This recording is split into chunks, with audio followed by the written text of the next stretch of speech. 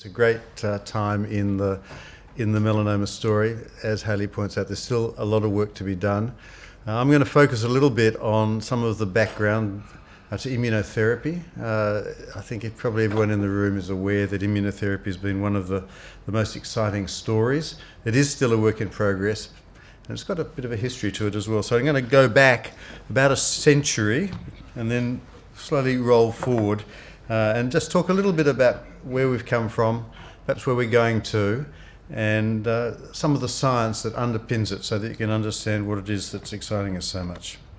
And I work at this other lovely building, not quite as big and grand as this one, but the Olivia Newton-John Centre at the Austin in Heidelberg.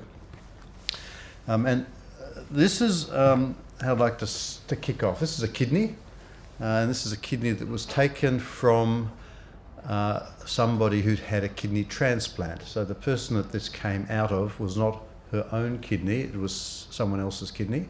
She had kidney failure, she was given this kidney, and then it failed. It stopped working and the surgeons removed it again, and when it came out it was black. And they had a close look at it under the microscope and they found that it was full of melanoma. When they then went into the history of the donor, the person who'd originally donated that kidney, they discovered that 16 years earlier she'd had a thin melanoma. 16 years earlier she'd had a thin melanoma. So thin that in fact it had been forgotten. They had to dig back in the history to find out where it had come from. So there had been melanoma cells sitting silently in this kidney, which had only come out after it had been transplanted into the recipient. Now, when someone gets a kidney transplant or a heart transplant or a lung transplant, several things happen, but probably one of the most important things that has to be done is you have to suppress the immune system because you don't want that organ to be rejected. And so what this tells us is that, firstly, melanoma cells can hang around for a long time. Secondly, that the immune system is critical in terms of controlling the disease. And it's on the back of this sort of story that we now come to where we are today in terms of the immune system and cancer, and asking ourselves, what do we need to do in order to get the immune system to operate effectively in order to control and hopefully eradicate the disease. So the story goes back to about 1892. And this gentleman is a surgeon by the name of William Coley, who practiced in New York. Most of you will appreciate that in 1892 there were no antibiotics, so if a surgeon wasn't as clean as he might be, patients would develop wound infections. And I would imagine that wound infections were pretty common back in the late 19th century when techniques weren't as clean as they are today. And he made the observation that when patients developed nasty infections, sometimes what happened is the cancers disappeared or went away or shrunk. And he assumed that there was some sort of something going on that was in the pus or the infection. So he extracted infected material from these patients and he injected it into other patients. I suspect early on in the piece he killed some of them because he gave them infections which they probably didn't need. But then he learned that you could kill the bugs, kill the germs in there using heat and get an extract of this heat-killed bacteria and inject that. And when it was injected into patients with cancer, it caused shrinkage of the cancer. And this was the first immunotherapy of cancer. It was called Coley's mixed toxins. And up until the sort of 1920s, when other forms of treatment such as radiotherapy came much more common, it was commonly used as a means of treating cancer, and it worked to some extent, but then other things came along and replaced it. Fast forward 50 or so years and then we go to Macfarlane Burnett, who was the director of the Walter and Eliza Hall Institute just across the road here, and Mac Burnett was an immunologist, and he came up with the concept of immune surveillance, that the immune system surveys the body, identifies malignant cells and eliminates them. And in fact, we're all probably developing cancer all the time, and it's our immune system that keeps that in check. And the evidence for that was somewhat good, but really it was a theory that was questioned significantly, and most practicing oncologists used to sort of poo-poo this idea a bit, up until perhaps 5 or 10 years ago. There was this sort of sense that the immune system might play some marginal role in the scheme of things, but the fact that it might be central to the control of cancer was questioned by a lot of people, who fortunately we have been able to prove wrong. So these are survival curves. You'll be familiar with these, and as everyone in the room will appreciate, depending on the stage of melanoma, the outcome is very different. Patients with stage 1 disease, the vast majority are still alive 15 years later. For patients with stage 4 disease, the vast majority, at least in a previous era, perhaps things are going to change now that we've got these more effective treatments, but certainly at the time this graph was drawn, the vast majority of patients could be expected to die of their disease. Although interestingly, there was always a small fraction of patients, despite the fact that they had stage 4 disease, who were able to live 5, 10, 15 years. And if you would look into the tumours of those patients, you'd often see these little brown cells, which are shown there, and those are T lymphocytes. So these are the killer T cells of the immune system, and it's their job to get in there and kill things that shouldn't be there. Their main role, I think, through evolution has been to kill cells that have been infected by viruses, but they are also capable of recognising and eliminating cancer cells. And it turns out that these little fellas are the ones that are behind the magic that we're now seeing with immunotherapy. And this is the sort of magic that we see. This is one of my patients who received IPI, and you can see that great big mass of tumour in his liver, and after just a few months it shrunk down to very little. And I in fact saw him in clinic just last week, which is more than 2 years after this was taken, and he's still alive and well. So these lymphocytes can be highly effective at controlling disease, and the volume of cancer sitting in that liver would have been perhaps a kilogram of tumour. So they've been very effective at being able to eliminate those cancer cells, and in fact did it in a way that involved leaving the rest of his liver and the rest of his, the tissues in his body pretty much untouched. So highly selectively able to go in, target, recognise the cancer cells without an effect on the rest of it.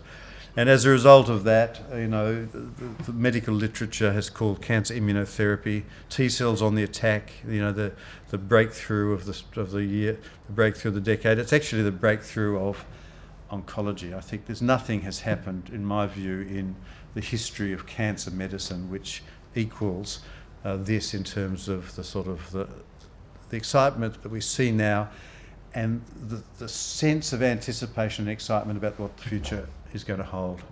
Often things come as little fads. You see them as waves of excitement that come and go. There's nothing happened so far, in my view, that has dampened the enthusiasm. Even recent reports of some clinical trials that weren't quite positive, I think, they're just hiccups along the way. Perhaps I'm overly optimistic. So what I'd like to do now is show you a video, a little bit like a video that was shown just earlier this morning by Paul Neeson, showing T cells going in and killing cancer cells. And these are real T cells and real cancer cells. These are immune cells called cytotoxic T cells. Cytotoxic T cells are able to recognize and kill virally infected and cancerous cells in the body.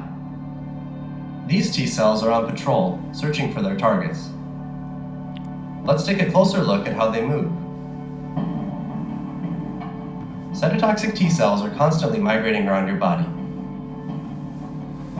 They move through your tissues by pushing out the membrane at the leading edge of the cell and pulling themselves forward.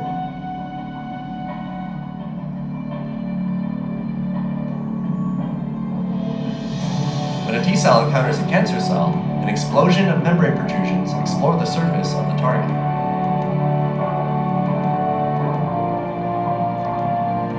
Cytotoxic T cells kill their targets with toxic chemicals. The chemicals are housed in these red structures called lytic granules. You can see the lytic granules polarized from the rear of the T cell to the blue cancer cell.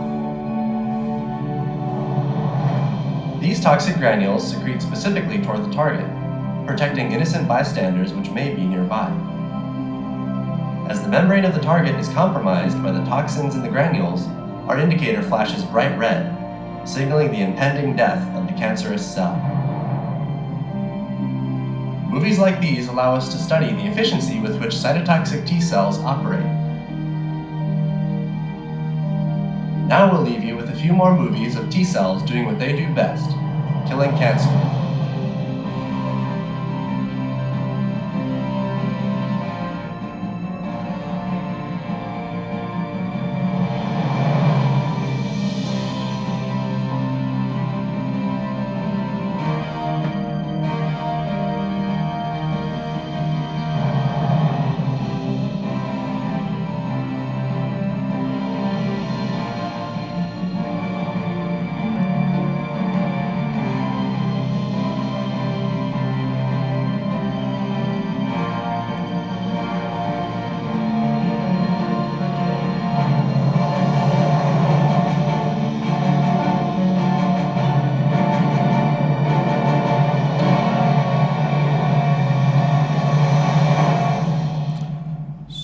Sorry, that went on a little bit longer than it needed to, but you can't, that soundtrack, you can't stop it without until you get to the drum roll, right? Okay. So, that's what's going on inside a tumour when somebody gets an immunotherapy that activates those T cells to go seek out and kill their cancer cells. And the magic is that in the vast majority of cases it happens in a way that doesn't kill the normal cells of the body, that they're selective. Now, this process, of course, has to be regulated. You can't have uncontrolled killers going around the place. We live in a society where we have to keep our killers under control, and the same in the body. And so there are all sorts of molecules that sit inside the body which are responsible for regulating this process. And these coloured bars and blobs represent molecules that science has identified which are responsible for regulating this process, for putting a fine level of control on it, to increase the immune response when necessary, to dampen it down when necessary. And it's our ability to manipulate these regulators, to inhibit them or to jack them up, which enables us to make immunotherapy work. So one of these is PD-1, which you've heard about. So this is PD-1 over here. Another one is CTLA-4, which is down here somewhere. You may have heard of clinical trials with other molecules like these, such as 4-1BB or OX40 ligand, or the whole lot of them. So these are the molecular switches. Another way of thinking about it is in terms of a car. When you turn on the ignition of a car, it gets started, but you need to be able to accelerate, you need to be able to brake. The immune system has got brakes in there, and if you take the foot off the brakes, off things go. And drugs like Ipi or nivolumab or Keytruda, pembrolizumab, are drugs which effectively are like taking off the brakes and allowing the immune system to go on in an uncontrolled manner. And so that's what happens in tumours. Now, that's fantastic, but it's not just a melanoma story. These red things show what happens in other cancers as well. So each one of these is a different cancer. This is melanoma, and this is lung cancer, and this is head and neck cancer, and bladder cancer, and stomach cancer, and so on. And you can't see them here because it's sort of rather fine. That's because there are 655 patients in this little panel. But if you go down here to where there are fewer patients, this is stomach cancer, 39. You can see that this is actually made up of individual vertical lines, and each one of those vertical lines is an individual patient, okay? And what the graph shows is 0 is no change, and minus 100 means the thing has completely disappeared, and plus 100 means it's increased in size by 100%. So this is the percentage change. And so each one of these patients, and it shows what happens to a bunch, in this case of 39 patients. So some patients, the ones that are lucky enough to hit paid it down here, are the patients who've had a complete remission, okay? Other patients have no response at all and their tumours grow, and in between there are patients who have lesser degrees of response. And you can see that it's in melanoma, there are some great responses, but there's still a significant number of patients who don't respond. And in other cancer types, the same applies. So it's both good and bad news. I guess it's bad news because it's not the cure for cancer, and in fact, it's still a minority of patients who are benefiting. But the great news is that in most cancers in which this has been looked at, some patients are responding. And so there's a sort of a door opening to show that this is probably going to be a way forward in many different types of cancer. And then the question is, all right, how do you start to increase the numbers of patients who are going to respond? How do you make this more broadly applicable? And the way you do that is by finding better ways of doing it. That means using more drugs, different drugs, using drugs in combinations. And each one of these coloured dots is the name of a different drug. Each one of these sectors is a different type of cancer, going around from about 9 o'clock. It's mesothelioma, lung cancer, bladder cancer, prostate, renal, breast, and so on. And you can see that for many different types of cancer, there are drugs in phase 1, phase 2, phase 3. And in the case of melanoma and lung cancer, approval has been given, and now increasingly in bladder cancer, head and neck cancer, and other types of cancer, the clinical trials are making these drugs available because they're working in these different types of cancer as well. So what we're now doing increasingly is trying to find ways of enhancing the results that we've already got, and the way we're doing that is with combinations. And this is the first report, now a few years old, of combining nivolumab and ipilimumab, so a PD-1 inhibitor with a CTLA-4 inhibitor. And again, this is this so-called waterfall plot where each one of these lines is an individual patient. And you can see now that there's a significant chunk of these patients have achieved complete remissions, maybe a third of these patients. And many more have had responses, and now only a minority have got progressive disease. And if you look at the survival of these patients, instead of seeing that curve which was running down here at 10%, you can see it's running up at a much higher level. So by adding two of these drugs together, suddenly it's a whole lot more effective. Unfortunately, the side effect profile is worse as well. So now we start to see more serious side effects in terms of autoimmune toxicity, but nonetheless, a clear indication that by building combinations, you can get better results than with one drug alone. And so the future is going to be how we build these combinations in a way that is rational, which tries as best we can to minimise the side effects and achieves as much response, hopefully complete remissions in melanoma, but not just in melanoma, in other cancers as well. And this is just further example from that same clinical trial, just showing this was a randomised study. So these are the patients who got IPI, and these are the patients who got Nivo, and these are the patients who got the combination. You can see that survival line climbs little by little as drugs are added in. So I'd like to finish on this note. So a few points, I guess, just to re-emphasise. Firstly, melanoma is the poster child. Most of the great progress was seen first in melanoma, and because Australia is the world capital for melanoma, a lot of this work has been done here.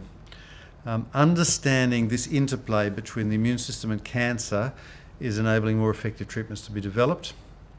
Not all patients respond the same way, so we need to develop ways to direct treatment more rationally to benefit the maximum number of patients. And it's really crucial to do that we establish partnerships between researchers and patients, researchers and consumers, that the community at large, in particular the community that's affected by cancer, but their extended community of family and friends and supporters gets behind the research that needs to be done, because the faster we get this work done, the more quickly we can help people and save lives. So I'll leave it at that, and thank you.